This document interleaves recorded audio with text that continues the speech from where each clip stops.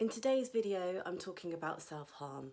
Now, self-harm can be a difficult topic to talk about, and it's usually a visible sign that something is not okay. Self-harm means to deliberately injure oneself. So that can take various forms. It can take the form of cutting, burning, scratching, hair pulling. In children, you might see things like head banging against the wall or even throwing themselves against the floor. And there's various reasons why people may self-harm.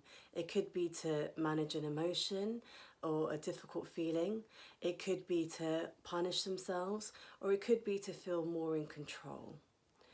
Now, when you're supporting someone who's self-harming, it's not necessarily up to you to be the expert or to save them, if you like, from their self-harming behaviour.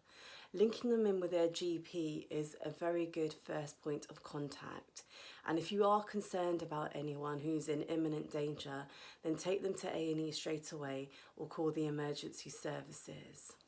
Self-harm isn't always connected with suicidality or wanting to die, but sometimes there might be an overlap between self-harm and suicidal feelings. So it is really important that you engage the support of experts who can really help that person. But, you know, self-harm can also bring feelings of shame and feelings of guilt and quite varied reactions from people. So although it's not your concern or your role to necessarily fix someone's self-harming behaviour, your role may just be to kind of engage them with the right services. I'm also going to talk about some strategies that you can use to support someone who may be self-harming in trying to access support and trying to manage how they're feeling in different ways. Now, sometimes there can be an anxiety around talking about the self-harm or naming the self-harm for a fear that if I name it or talk about it, I'm going to make it worse for that person.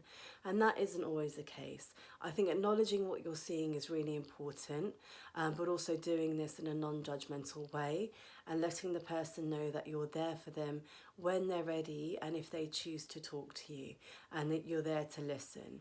Now, you might not have all the answers, but you can then help to support them and link them in with other professionals and services who can support them in the best way. Listen to that person.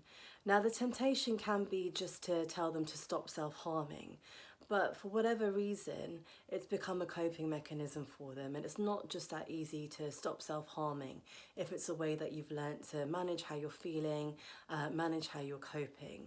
You could think with them around other strategies that they could use instead of self-harming, and you can also suggest other support services that they could link into to help them with their managing their self-harming behaviour. Be aware of any judgments that you might be making in relation to that person self-harming, because what you don't want to do is amplify any feelings of shame or guilt, especially if they've come to you and they're talking about their struggles or why they're self-harming or what it helps them with. So just be very mindful of what you say, how you say things, and also your non-verbal communication.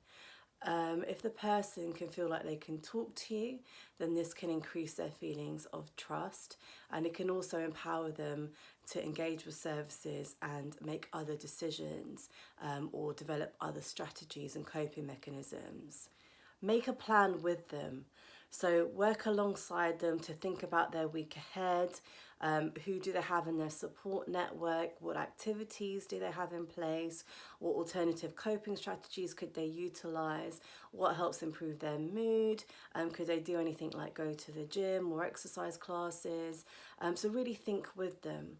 But then also be transparent around if you're going to be sharing any of this information with anybody else.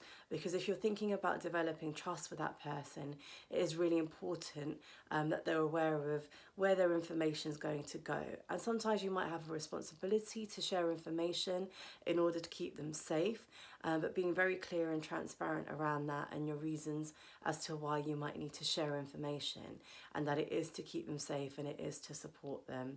Where you can, though, try and empower them to access services themselves, and that will feel like it's more empowering and they're more in the driving seat of the decisions that are being made. So they're not being made for them, but they're a part of that decision making. Now, if you have made a plan with them, then it's really important that you act on this plan. So if you said to them that you're going to do something, make sure you do and then feed back to them. And this will help to build their levels of trust. Alongside this, it can be very emotional trying to support someone who is self-harming. So do make sure that you have some support in place for you as well. And this will help you to continue to support them. As I mentioned at the beginning, if someone is in imminent danger, then do call emergency services or take them straight to accident and emergency at the hospital that's local to them. And what I will do as well is I'll put a list of organisations in the blurb below, and these are organisations that can help support you and can help support people who are currently self-harming.